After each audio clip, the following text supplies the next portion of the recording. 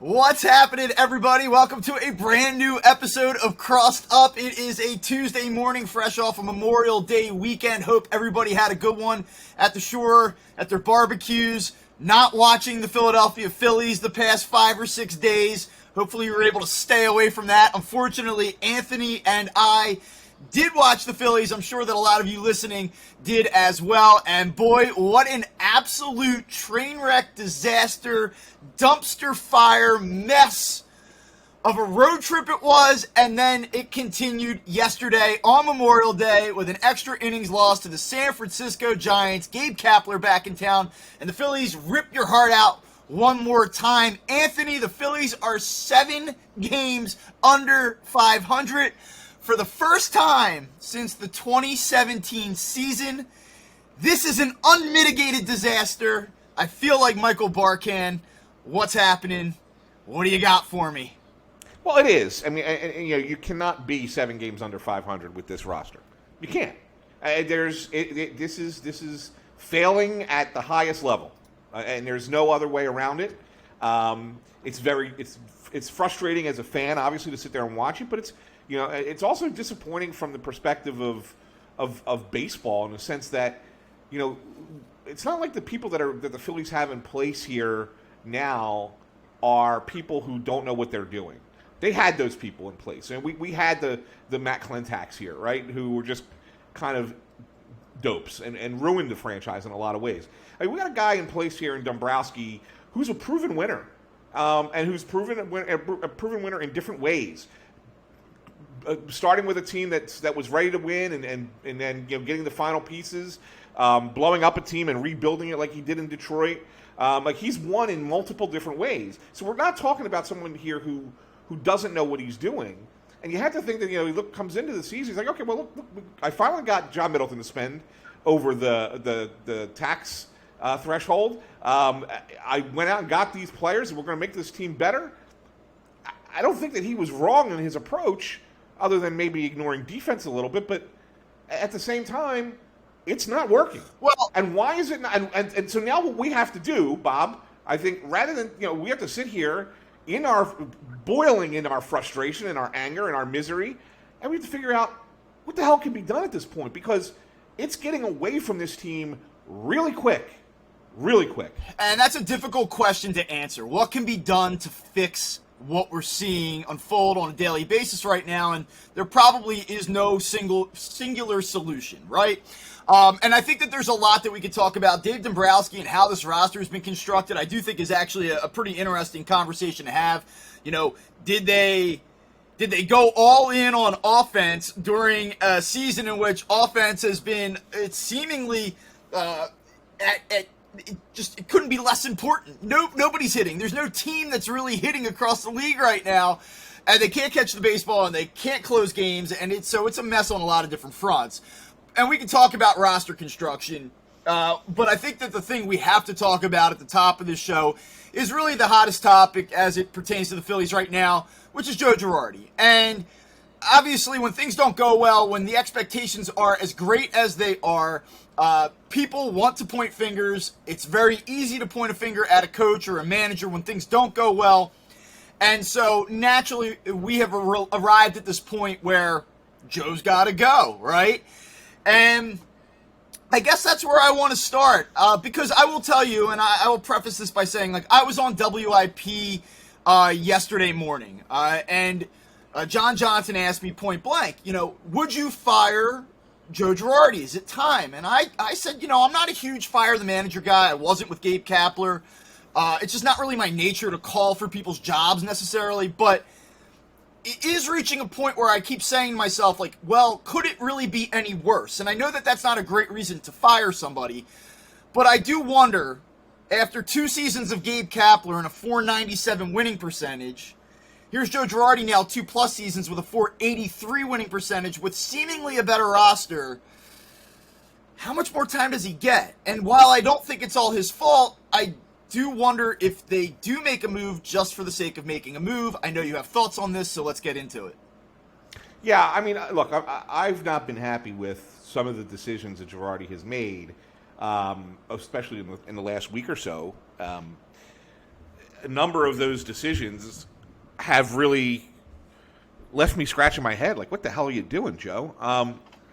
That being said, I don't necessarily know that there's a solution to fixing the problem of the Phillies that fires the manager and that changes everything. Like, I don't see it. And I don't think that, if you want my honest opinion, I don't think that they're going to fire him. I think that this is a season where he's in the final season of a contract. Who's your replacement? Dusty Wathan? Like, I mean, it's somebody from within the organization. There's nobody like outside the organization that's really going to come in here and crack some skulls and get them to play a certain way. So you look at it and say, we ride or die this season with what we have, and then we can make if you're going to make a coaching change, you make it in the offseason. What you have to do instead is you have to look at this team as it stands, as it is, where it is right now.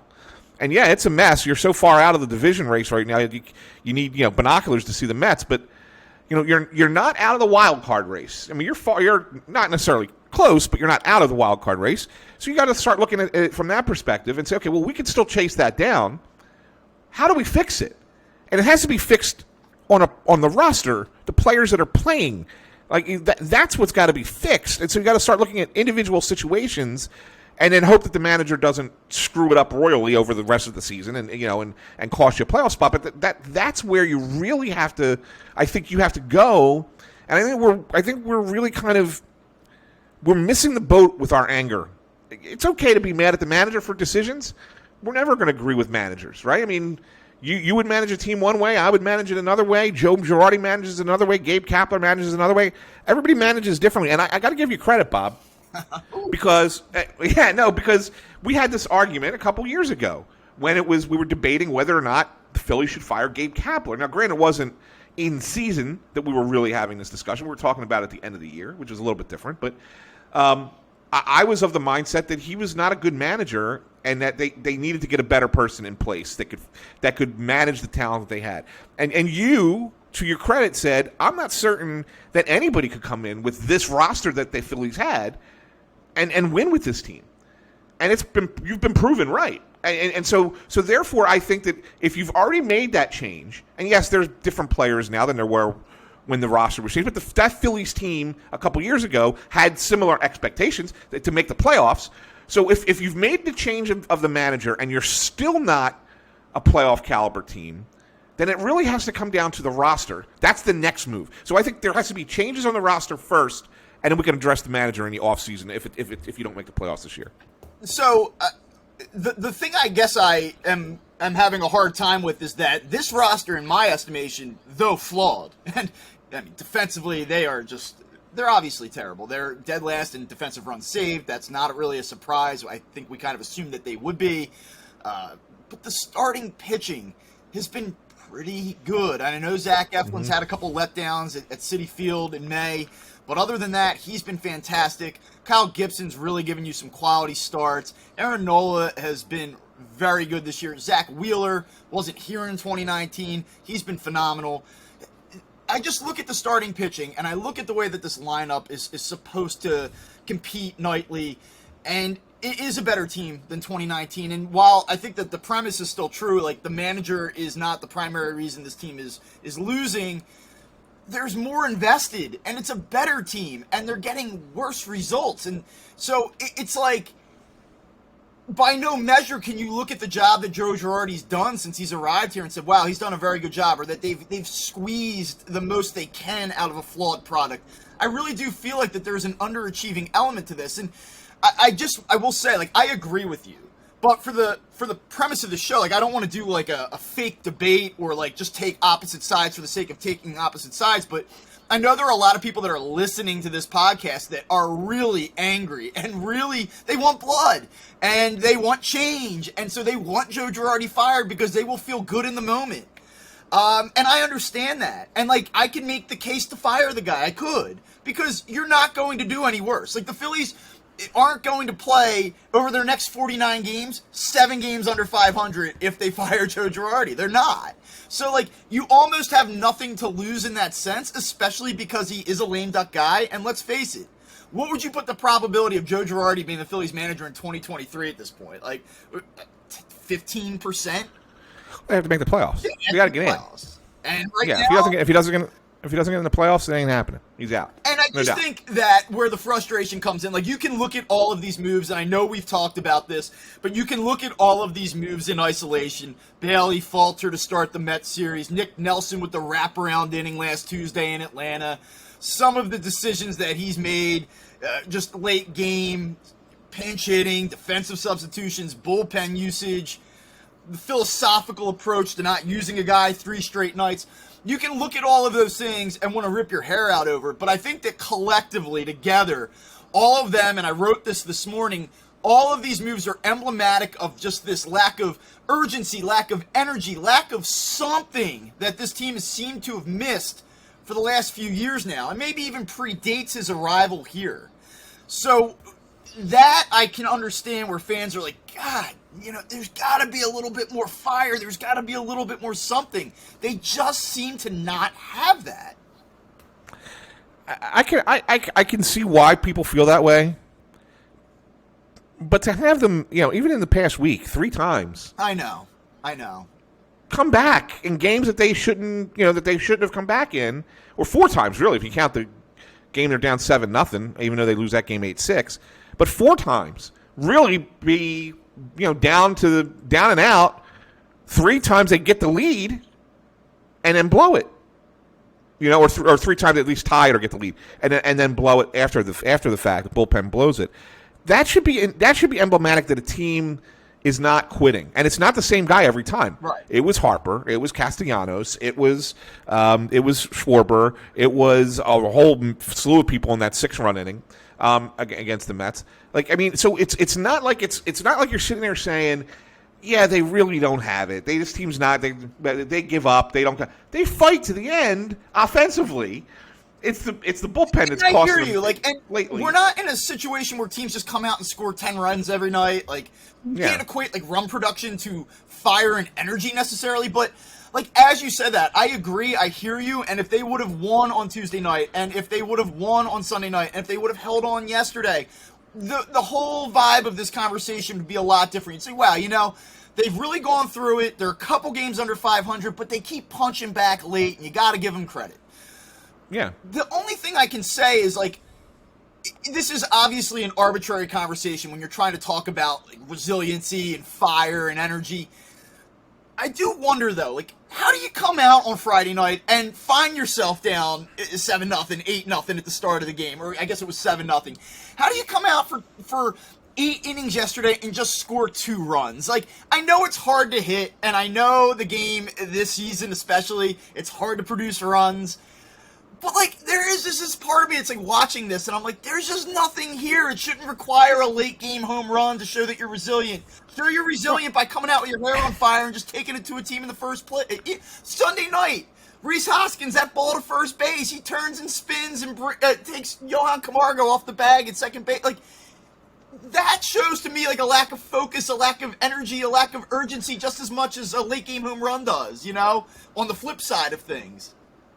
Well, I look at it, Bob, and it's funny. We had this conversation, not intended for the Phillies, but we had this conversation in the last episode. And it was not like I had planned this. It just happened. It fell this way, right, this week. Last week, at the very end, one last thing, I asked you about the Yankees being a come-from-behind team. Yeah. And what does it mean? Does it mean that they're a good team, that they keep coming from behind and winning games? Or does it mean that, why do you have to come from behind in the first place? You get behind. You shouldn't get behind in games. And now, all of a sudden, here we are at the Phillies, facing very similar situations where they've had to be a come-from-behind team and have done what the Yankees have done. And we concluded last week, because we looked at who all the good teams are with the come-from-behind victory teams. They're all good teams, right? And it happens. So you'll say, okay, well, maybe the Phillies are better than we think, but then they go ahead and blow it again, right? So the difference between the Yankees and the Phillies is the fact that the Yankees hold on and the Phillies don't. Exactly what you were already saying this morning. Well, when I was in New York, we held on to these games. We held on to these leads, right? Exactly. But I think when you look at it, and this is one of the things it's interesting. You keep hearing Girardi saying, "We know it's coming." You keep hearing Dombrowski came out. He spoke this week, and he said, the offense is going to come. We believe it's going to come. And it makes me wonder if they're looking at things that are down the road, and like we are, sometimes, and you can put the 2 and 2 together, and you say, okay, the schedule's going to get easier. Number one, number two, second half of the year they're talking about going back to the old ball again, right? And so now all of a sudden Major League Baseball is going to realizing, oh shit, Better hope so. We screwed up with this ball. We've got to let the ball fly a little bit more again, and then so maybe they know something we don't. I don't know. I'm not saying that for certain, but it's weird to be confident, overconfident, when your team's been as inconsistent as it's been, right? I mean, it just seems weird to have the manager and the general manager be like, we know it's coming. It'll come. Don't worry about it. It'll be there. I will say this, and back to the Girardi point specifically, you said you don't think he's going anywhere, and I do think it could reach a level where things get so bad where they would make a change. Like, for instance, if they get swept by the Giants here and they lose 2 out of 3 or get swept by the Angels, and they find themselves 9, 10, 11 games down at the end of next weekend, I do think it could reach a point of absurdity where they say, like, listen, we know that there's 15 different issues. We know it's not all Joe's fault. We've got to do something. So I do think it could sink to that level. But as it stands right now this morning, listening to Joe Girardi, I was there yesterday, post-game. He's like, it's going to turn. He does not sound like a manager who feels that his job is in jeopardy at the moment. Now, it could get there quickly. It could. It's professional sports. Things happen. Someone could say enough's enough. But right now, I don't think that Joe feels like they're a series loss to the Giants away from his job being taken away. And I didn't get that sense from Dombrowski either. You know, when he said, you know, if he said Joe's been fine. I mean, if I don't like a manager, he won't be here. Well, I will say, Dave Dombrowski said that 6 losses ago. I mean, so you know, things can change. You can see it's going to turn, and if it doesn't, and not only does it not turn, it just goes completely the other way. I do think that there's expectations. I think even internally, like, you know, I do believe that they feel they can make the playoffs this year. So they I believe feel like there's a season to save at some point, and they're going to have to do something if it doesn't turn quickly. So while I don't think he's headed anywhere right now, I do think that could change if things get really ugly. I mean, they are really ugly right now, but I'm talking, you know, another 5 games in, lose 4 of your next 5, and then I think you start really having that conversation. I know some people would have had the conversation after the 10th game of the season. Yeah, and look, I mean, like I said, there have been things that he's done that have really frustrated me, and I'll give you one that no one's even talked about. No one's even talked about this, and to me, it was one of his more egregious mistakes. Is when you do the defensive switch, and you put Roman Quinn in, and you take Castellanos out after he hits the home run in New York, right, to put them up Sunday night, put them up 5-4, and he replaces Castellanos rather than replacing Schwarber. Now, I get it. You're trying to get your best left field, right field combination because that's the 2 more important positions out in the outfield. I get it. That said, you have to sometimes manage with the forethought that what if things go wrong and we have to bat again? Right. And by putting Quinn in for Castellanos, you put him behind Harper. Now you're going into extra innings where you have a ghost runner, right? What are the odds that they're going to pitch to Bryce Harper? You just took a potential at-bat away from your best player if the Nets tied the game, right, which they did. And they got out of the inning in the 10th inning because they were able to intentionally walk Harper and get to Quinn. If you want to put Quinn in, you keep Castellanos, put him in left, you take Schwarber out. Now, Quinn still has to bat, but Quinn has to bat second in the inning as opposed to behind Harper. Right. You got to leave the protection there for Bryce. And Castellanos just hit you a 3-run homer. Why would you take that bat out of the lineup, right? He just hits the big home run. So to me, the bullpen blows it. Okay, I mean, and we can talk about we're going to talk about Knievel because that pitch was just god awful, terrible, the worst pitch possible that you could throw to a freaking minor league kid who's never gotten a hit in Major League Baseball. Okay, it's the worst pitch you could throw to him. Especially when you want to go, what are you trying to set up a slider with a fast? I don't even want to get into that. You get into that. But the point is that you have to think sometimes when you're making those defensive replacements. You have to think, okay, but what are the ramifications if we give up the game and we have to bat again? Right. And I don't think that he did that at all. I don't think that was ever taken into consideration. It was, I'm just going to put this defensive replacement in, and it's going to help us win the game, and not thinking through to the. And I think that advanced thinking sometimes is what is missing with Joe. And I do agree with that. I think that sometimes he makes decisions that are in the moment for that moment without thinking how that could be affected if something goes wrong with his decision. And I think that that's something that really needs to be considered because he manages the bullpen that way. The other thought that I've had with Joe is obviously this bullpen is short. It's probably 3 arms short from being a competent bullpen. So he doesn't have a lot out there. And so you have to maximize what you do have out there.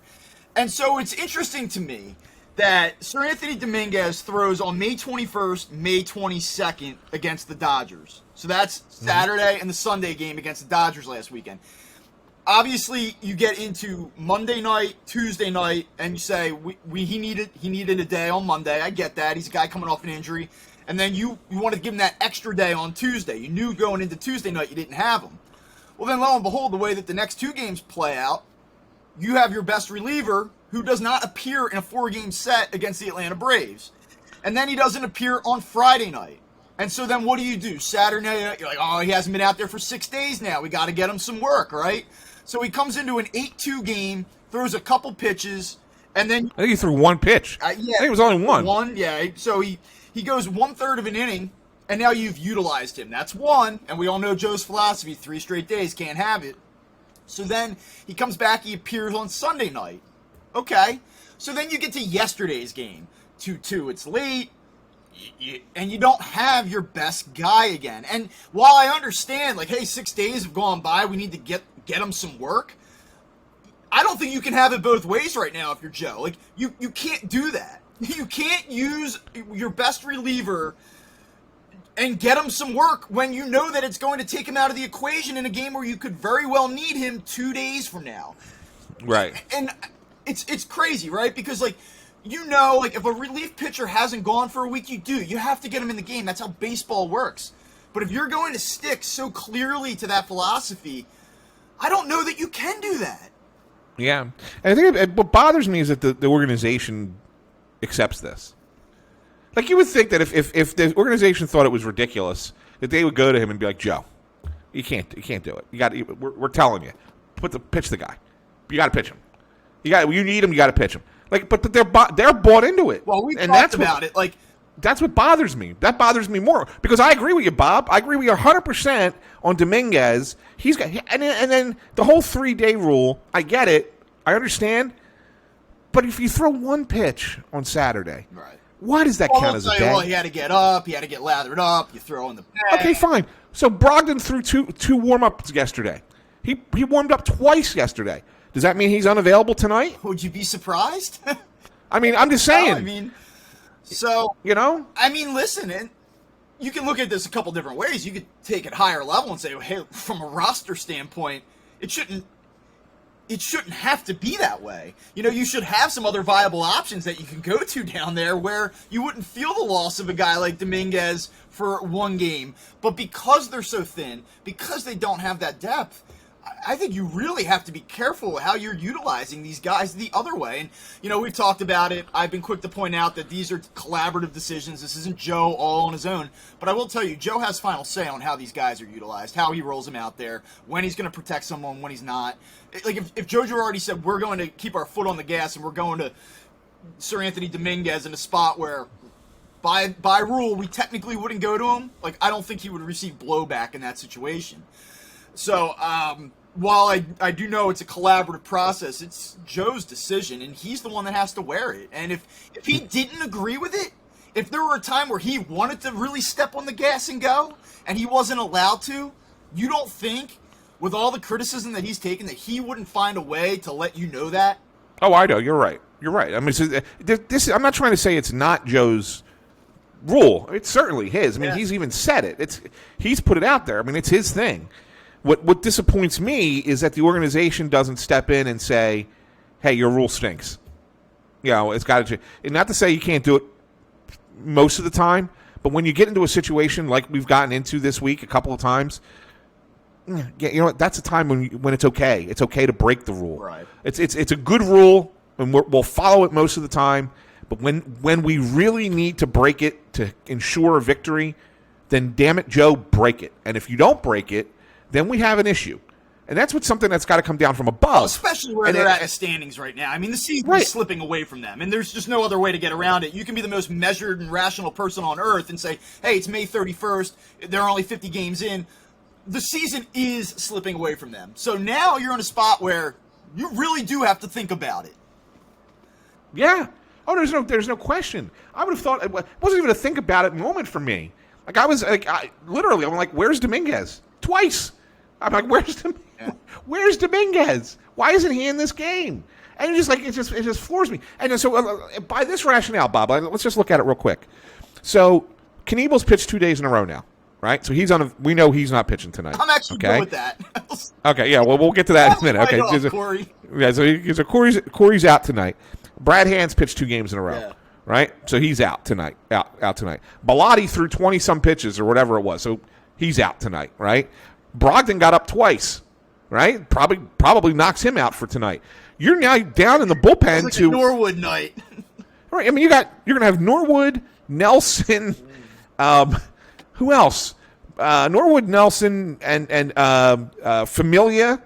And I guess Dominguez closes for you if you get into a closer situation. So what you're saying is it might not be a bad night to take the Giants on the money line, huh?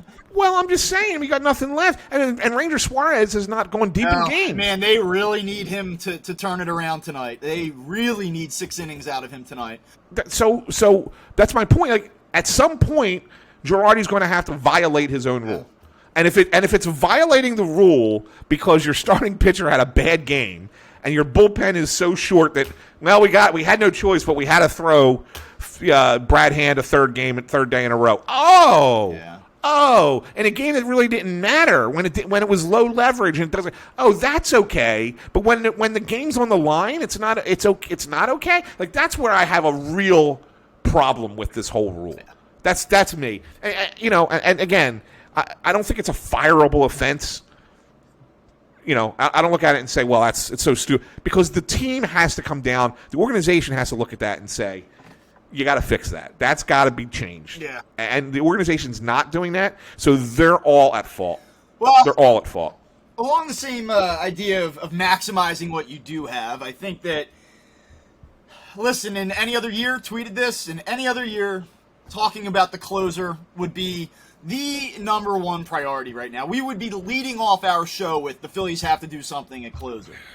And Corey Knebel in April was fine, and in the month of May, it has not gone well, despite what he thinks about his own performance. He was asked after the game yesterday, hey, what do you think about your performance? It's been a rough month, huh? And he goes, I had 2 bad days. Oh, no big deal then. I mean, Corey Knebel this month in 12 games has a 5.40 ERA. WHIP is 1.63. He's walking batters. He's giving up home runs now here late in the month. I believe he had 3 blown saves and then took the loss, or, didn't blow the save yesterday, but was obviously right in the middle of a bad loss for the Phillies. So he's been a mess. And not only has he been a mess, but then you step back and you look at Sir Anthony Dominguez, and by almost every measure, he has outpitched Corey Knebel. Better ERA, more strikeouts per 9, less walks per 9, better WHIP. He's harder to hit. He misses more bats. He's nastier. He's better. Are the Phillies at a point now where they need to make a move at closer? Joe Girardi said he's going to stick with Corey Knebel, by the way. So if you're expecting a change, at least an announced change that we're doing this, don't hold your breath at least this week. Are you asking me should they make the switch? Yeah, I'm asking you, should they make the switch? Yes, they should have made the switch 2 weeks ago. When I was complaining about Alvarado and Familia getting the high leverage spots instead of Dominguez in Hand. Yes, yeah, absolutely. Dominguez is your best bullpen pitcher. He's your best. He's got the nastiest stuff. He's the guy that should have been in the game against the Dodgers. Should have been in the game against the Braves. Should have been in the game against the Mets. Should have been in the game yesterday. He's the guy. He's the best pitcher you have out of the bullpen. That's who should be closing your games. Hands down, not a question, Bob. 100%, I agree with you. And it didn't take long to see it. And I understand coming off the injury, you want to kind of work him back. And that's kind of what April was for, right? Just to make sure that he's still okay, make sure that he's not overthrowing or hurting himself or whatever. But dude's throwing 99, 100. Yeah. He's coming in and just blowing pitches by people. And he looks fine. You got, even in the one start, I think he had he walked the first two batters, and then the little conversation with Cotham comes out, and I think he struck out the next two, and then got a pop up. He's been really, really good. Right. I don't see how you could keep it this way. I don't. I really don't. I mean, Knievel's just not. She's not there for me, man. He just is not doing it for me. You know what's in? You're interesting. You're right. Go ahead. Go ahead. No, I mean, you're right about you. I'm just he's saying, he's only throwing 2 bad pitches. I'm going back. He gave up 3 runs against the Mets in the crazy game that they lost 7-1, or they were up 7-1, lost 8-7. Right? He blows that game. All right, because he probably wasn't prepared to pitch. And we actually were giving him a break with that one, right? Because it was like your mindset's not there, so it's not in the mindset. Blows a game against the Dodgers, right? That would have been the sweep in L.A. Gives up the home run against the Dodgers here, although the Phillies did win it in extra innings. That crazy gave up the run there. All right, and it was a crazy finish. The Phillies did win that game, but he gives up that run. Then he gives up the home run to the Mets, and then blows it in extra innings, and then gives up the home run. Yeah, I mean that's what 5 appearances this month. Yeah, where he's just blown games. Yeah, I mean half of his appearances basically have resulted in a Phillies loss, should have lost. He was either right in the middle of it or contributed to it, and that's not a closer. No, it's not a closer. It's interesting if you go kind of a little deeper into his numbers. The big thing that I kind of, when they first signed him, I was like, oh, the curveball. Like watching the Dodgers play, I'm like, oh man, he's got the curveball. And you look at his StatCast numbers, and I don't want to dive too deeply into this, but if you watch him pitch this year, you go, this curveball's not very good. Like it's not sharp. It's not a hammer pitch for him. So I was like, let me just kind of dig into what I'm seeing here. And I can tell you he doesn't have as much confidence in it because he's not throwing it as much. So like last year, he threw his curveball on 41.9% of his pitches. This year, he's throwing it 28.3% of the time. Last year, opponents hit 186 with a 233 slugging percentage against his curveball. This season, opponents hitting 278 against it with a 444 slugging percentage. That's 200 points higher and almost 100 points higher on the batting average. The curveball hasn't played. He's had to go to his fastball more, and he's just getting beat right now. And I'm not saying that he's not a good player, that he's not going to recover and give this team big outs late in games at some point. I'm not saying that, but right now, with the season on the brink, you've got to maximize every little advantage that you do have. I don't know how you don't make this switch. And by the way, it's a convenient way for Joe Girardi to do something that sends a message. Like if you believe in gestures and messaging to the clubhouse and shit like that, then this is a perfect opportunity to make a fairly significant change that will grab a couple headlines that guys will say, oh, okay. Yeah, no, you're 100% right. What do you have to lose? Yeah, no, you're 100% right. And the thing of it is, and you, like you said, you go deeper into the numbers and you see that. And okay, maybe that's why he's throwing that fastball to the kid from the Mets who hits the home run on his first major league hit. I don't even know what what was his name that they called up, played left field? Plummer, Nick Plummer. Yeah. But you first pitch to the kid. First pitch. You're throwing him a fastball. What do you think? The kid hasn't gotten a hit in Major League Baseball yet. What do you think he's looking for? You think he's going up there looking for the curve? Or is he going up there looking for a pitch that he can hit? Yep. He's going up there looking for a fastball. So throw him the curveball and see how he reacts. Does he swing through it? Does he get a bat on it at all? Does he spit on it? Learn from it. You got to throw curveball first there. I don't know. It was like stupid. And I don't know if that's the pitcher calling that. Are the catchers calling? Are the calls coming from the bench? I don't know how it works. I mean, maybe you do, Bob, with the Phillies, and maybe that's part of it. Maybe you said, well, he doesn't have confidence in the curveball. Maybe he doesn't. But then again, maybe the Phillies want him throwing more fastballs. Yeah. Who knows? Yeah. I mean, I don't know. I mean, maybe you have better insight into that than I do. Honestly, I mean, that probably is a question worth digging into. Listen, I'll tell you this. I watched yesterday's game, and I can't believe that we're going to have this conversation, because I want to preface this by saying we've talked about Odubel Herrera on this show quite a bit this season. And I don't want to sound like the number one Odubel Herrera support podcast. Like, he's not a great player. He obviously makes just unforgivable mental mistakes. I think it's a very, very fair criticism to say that he's not a winning player. If you wanted to say that, you probably wouldn't get a lot of pushback from me. The Phillies, we talk about intangibles, and they've seemed to be missing something for multiple years, and I don't think Odubel Herrera is really important enough in the Phillies clubhouse to be a player that you can blame for this, to be just brutally honest. But if you don't want this guy here and you want to move on from him, I get it. And so I'm not trying to sit here and make this case that wow, like, this guy's not getting any respect and he should. But I'm going to tell you something. Mickey Moniak comes back yesterday, and I don't envy the situation that Mickey Moniak's in, because in a perfect world, Mickey Moniak, right, comes into spring training, he's an afterthought. And to his credit, he was phenomenal. I believe he hit 378 in spring training. He earned a job on a major league roster when they broke camp. Now, he breaks his wrist on April 6th. He misses 7-8 weeks. And during 8 games in his rehab assignment, he was really good. 13 for 33, a couple extra base hits. Again, he deserves a look. So here he comes. And in a perfect world, Mickey Moniak comes back to a really good lineup and a good team, and he slots in and hits 8th or 9th against righties sometimes, and you just see what he has. You just see what he has. But instead, the Phillies are free-falling. The lineup has been completely unproductive. They have struggled to get production overall from the center field position, although a lot of that really comes from Roman Quinn and Matt Vierling. And instead now of a guy just slotting back in and maybe being a complimentary piece, people are looking at Mickey Moniak to basically save the season, revitalize the Phillies lineup. And it's not going to happen. I'm sorry. Like, you know, I love Jack and Fritz, and we talk all the time, and there are a lot of people that are like, Mickey Moniak, here comes the Mick. Like, dude, Mickey Moniak, like, let's relax here. Before yesterday's game, he's 6 for 47 lifetime at the major league level with 22 strikeouts before yesterday's game. Mickey Moniak still has a chance to be a nice player. He's 24 years old.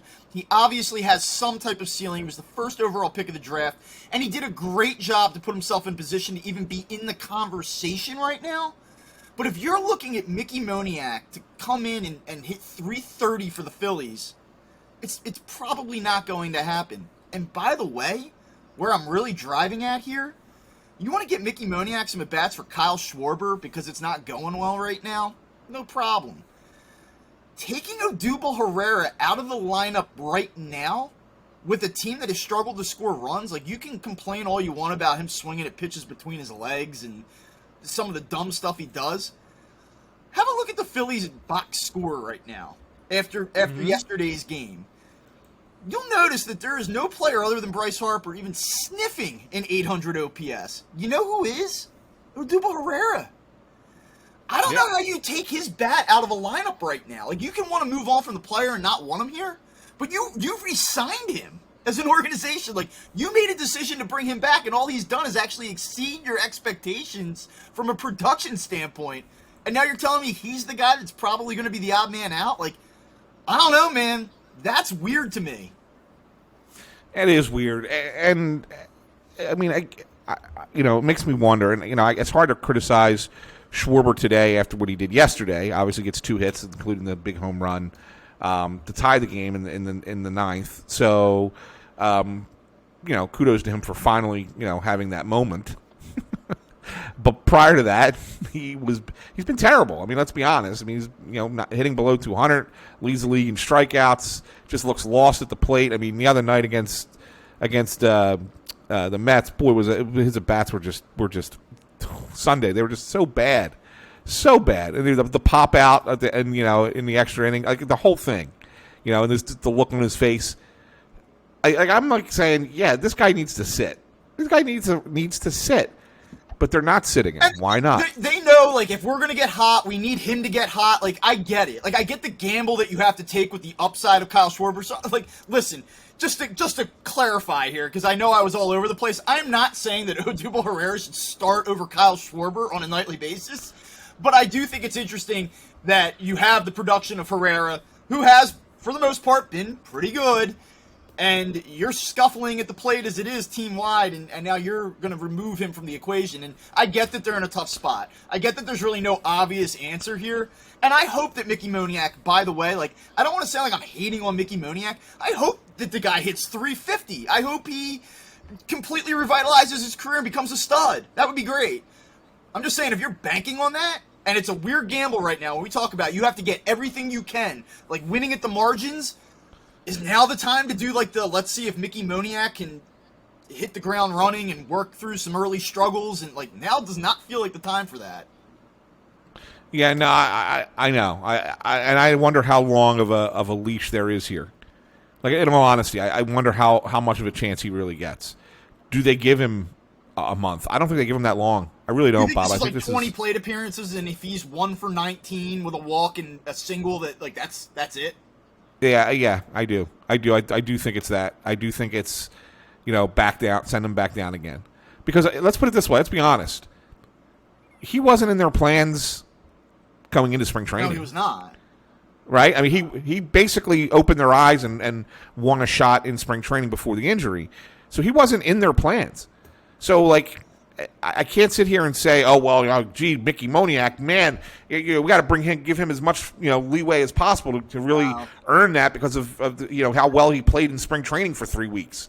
Now, if you fall 15 games out of the wild card and you get to August and September and you know that this team isn't going anywhere, then turn the page. Fine. Right? Like, right. Here you go, Mickey. Here's 2 months. But right now, critical juncture of the season, fork in the road. You're right. It's a weird time. And again, he has earned the right to be up here. I'm not saying that he shouldn't be. But if the plan is like we're going to let him work through the growing pains right now, I do not get. And it was one game yesterday. I'm sure he's nervous. There's some rust. It's major league pitching. It's not rehab starts. It's not spring training. There are a lot of different things that go into this. So he's earned the right, but I don't think he's earned the right to struggle for 4 weeks just because you don't like the guy that's been out there for the last month. And that's the way I look at it. Yeah, no, I agree with you, Bob. I agree. I know we got to wrap this up early today, so we want to get to one last thing real quick. Sure. Lay it on me. Juan Soto. Can you believe that there is conversation out there now that he would be available at the trade deadline? You got to wonder, what the hell are the Washington Nationals thinking? This guy might be the best player in baseball. I mean, it's close, but he's certainly top 4, top 5, right? And could arguably be the best player in the game. Why? And he's 23. Why would you consider trading him now and being bad for a decade and let him go to some other team where they're going to be dominant? I mean, because who's good. Who gets into the mix for that. Same old. It's all the teams with the big money, right? So why allow that to happen? Like, I don't understand it, Bob. It just doesn't make any sense to me. The only way you look at it is if you just say we're going to reinvent ourselves as the Oakland Athletics of the East. Like, we're not going to invest in big time contracts. Like, they have him under team control through 2024. You would obviously get the world back for him, but he's a future Hall of Famer, right? Like, Juan Soto, so long as he stays on the field, is going to be a Hall of Famer. Like, do you ever really get the return, even if you get free run at a minor league system? Take your pick. Our 4 best guys. You're probably not going to get the return of a Hall of Famer who's 23 years old, no less.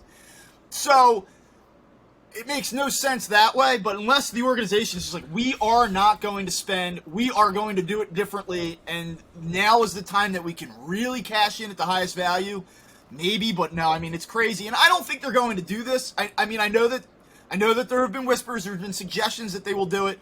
I would be stunned if they did it. I hope they don't. I really don't. I really do. For the sake of the game. Right. For the sake of the sport, I really hope that you don't take a 23-year-old superstar who could be the best player in the sport and trade him away because just you don't want to worry about signing him to a big money contract in 2 years. And I do think it's almost kind of the opposite of what you'd expect. Like, oh, if he goes to the Dodgers, he'll have more exposure and he'll flourish. Or if he goes to the Yankees, sometimes I almost think that these exceptional players that are isolated on teams that aren't the Dodgers and the Yankees, they have a chance to almost like thrive and build an identity of their own, and they are the attraction. They're not just part of a machine, you know? Right. Look, I get it if he's like 27, 28. He's in his prime. You know, he's approaching free agency. You don't think you'll be able to keep him. That kind of player, I get it. I still don't think you should do it, but okay, fine. You know, like the Harpers and the Machados and those kinds of players when they were going out into free agency. Okay, this is different. This is a whole different animal, and it concerns me for where baseball is. If the Nationals are to move on from Juan Soto at this age, this year during the trade deadline, just because they don't want to sign him to a big money contract, it's a real concern for the sport of baseball. I'm right there with you. All right, well, listen, that'll do it for the latest episode of Crossed Up. Anthony and I will be back at the end of this week. Phillies wrap up with the Giants, 2 more games before they welcome Mike Trout and the Angels to town, which will definitely be a big draw at the ballpark this weekend. I like that you say Mike Trout, but you don't say Shohei Ohtani. Oh, and Shohei Ohtani, of course. I mean, it should be fun. It should be fun. The park will be rocking, and for maybe not for the Phillies, but just for the. Hey, go ahead. No Shohei on the mound against the Phillies. He's pitching. You know, he pitches every 6th day with the Angels. For the sake of the Phillies right now, that may be for the best. Weird schedule. Yeah, he's not pitching this weekend. All right. Well, thanks for listening, everybody. Be sure to follow us on YouTube, Spotify, Apple Podcasts, anywhere that you get your podcasts, and we will talk to you soon.